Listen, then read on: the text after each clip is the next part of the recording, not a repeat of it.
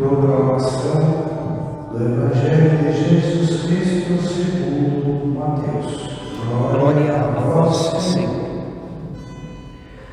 Naquele tempo, Jesus pôs-se a dizer: Eu te louvo, ó Pai, Senhor do céu e da terra, porque escondestes estas coisas aos sábios e entendidos, e as revelastes aos pequeninos.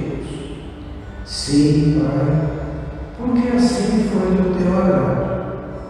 Tudo me foi entregue por meu Pai, e ninguém conhece o Filho senão o Pai, e ninguém conhece o Pai senão o Filho, e aquele a quem o Filho o quiser revelar. Vinde a mim todos vós que estáis cansados e fatigados, sob o peso dos vossos fardos, e eu vos darei descanso. Tomai sobre vós o meu jugo e aprendei de mim, porque sou manso e humilde de coração, e vós encontrareis descanso, pois o meu jugo é suave e o meu fardo é leve. Palavra da salvação. Glória a vós, Senhor. Pelas palavras do Santo Evangelho sejam perdoados os nossos pecados.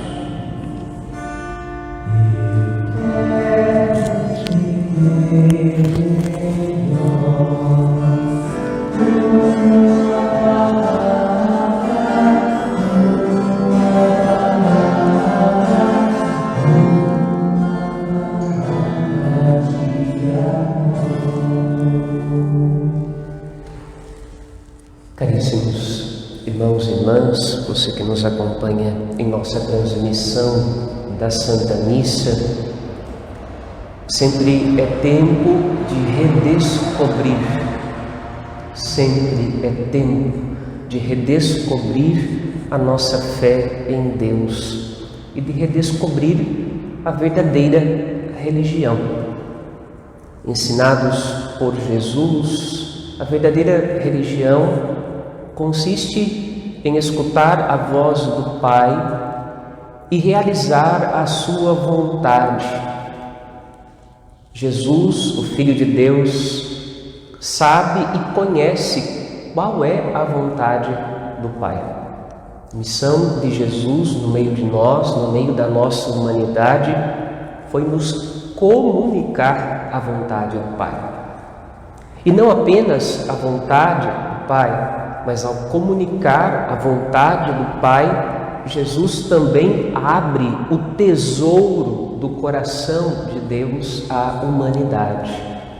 No Antigo Testamento, toda vez que a palavra de Deus fala do coração, ela fala deste lugar que carrega a vontade, a capacidade de escolher. O coração é a sede de muita coisa. Claro, no Antigo Testamento não tinha ainda o advento da ciência, que vai dizer que é o nosso cérebro, é a nossa mente que comanda todas as estruturas do nosso corpo, até o coração.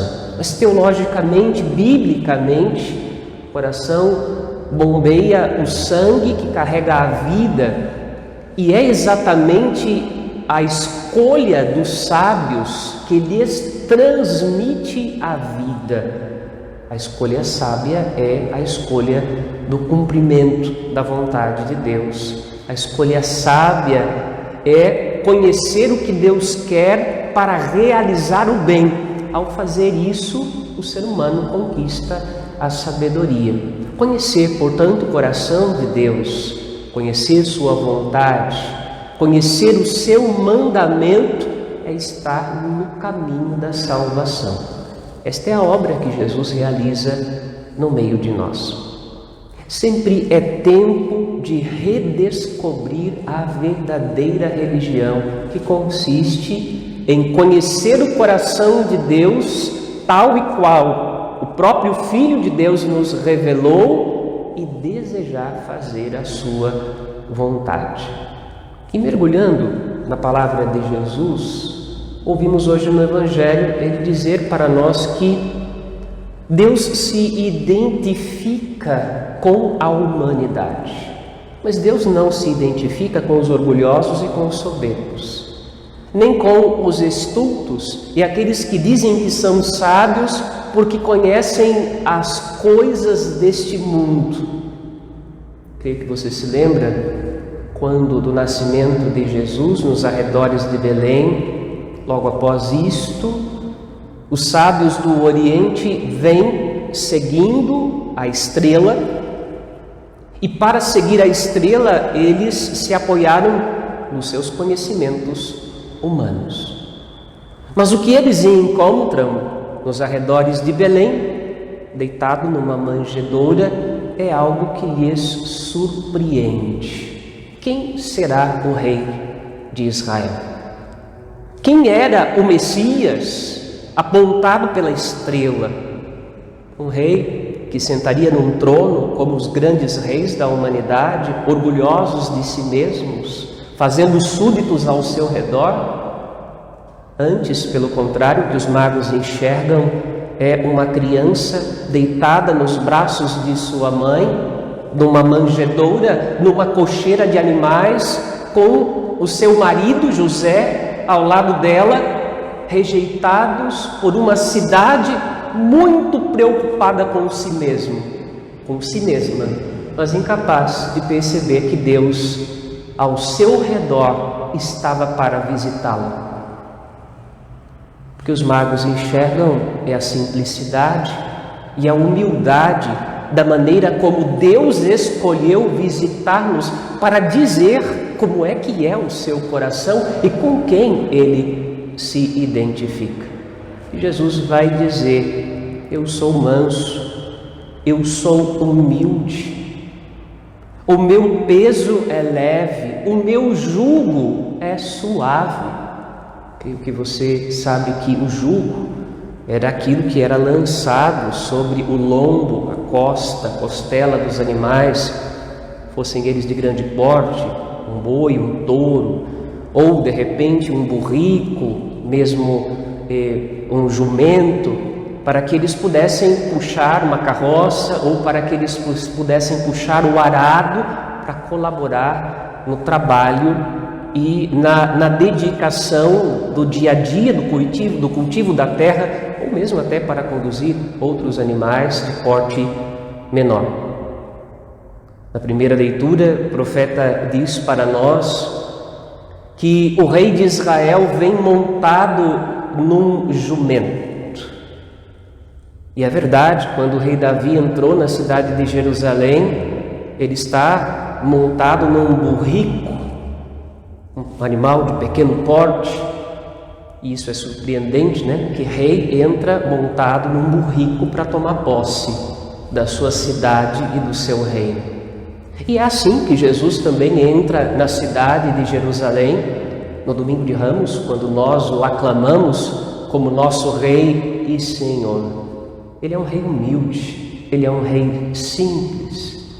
E os animais que antes tinham sobre seus ombros, sobre seu lombo, um jugo pesado para colaborar no trabalho de arar a terra, de produzir os bens, carregam agora nas suas costas aquele que é o Rei dos Reis e o Senhor dos Senhores, aquele que é Deus feito homem. Qual que é o peso de Deus? O peso dos homens, os animais até compreendem, e nós também, porque na vida carregamos uns aos outros. Mas quanto pesa Deus? Quanto pesa o Senhor do Universo? Qual o tamanho e a força daquele que estava sobre o lombo de um burrico? É isto que Jesus está falando. Ao humilhar-se, ao fazer-se um de nós, ou como diria São Paulo, ao desvestir-se da sua divindade, este caminho de humilhação, de apequenamento, trouxe Deus para perto da nossa vida. E Jesus diz a verdade: o meu peso é suave, o meu jugo é leve. E Jesus deseja, sim, que a humanidade colabore com a obra da salvação. Jesus deseja que os seus discípulos carreguem o seu nome, proclamem o seu evangelho. Mas esta palavra não é uma palavra que está distante da capacidade de nós a compreendermos e a executarmos. Antes, pelo contrário, é uma palavra que está próxima do nosso coração. A simplicidade de Jesus também é a simplicidade do mandamento de Deus que o Filho transmite para nós.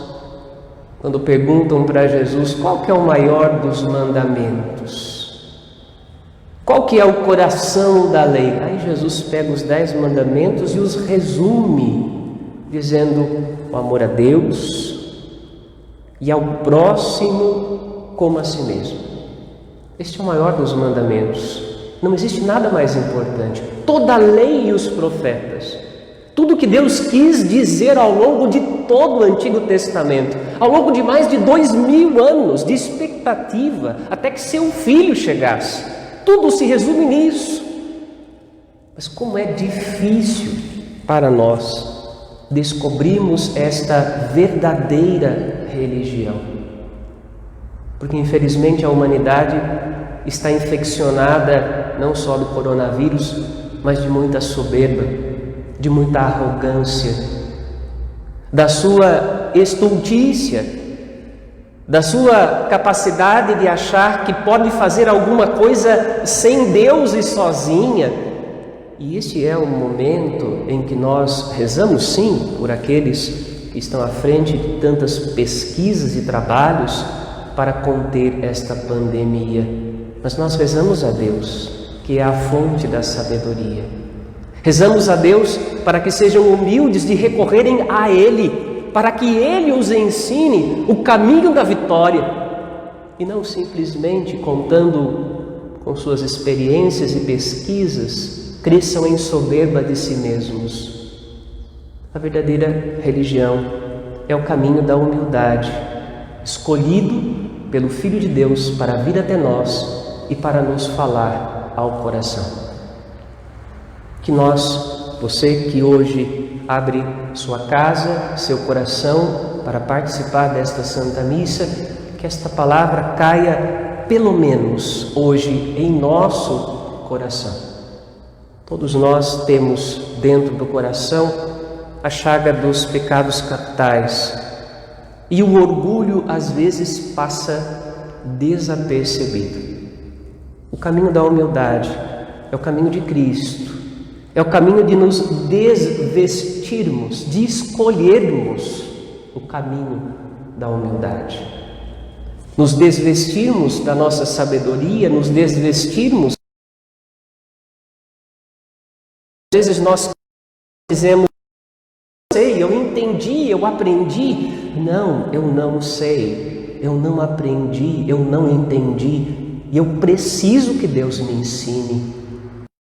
Sabedoria, embora considerada loucura para a humanidade, é mais sábia, é a mais sábia e a fonte daquilo que podemos chamar de agradar a Deus.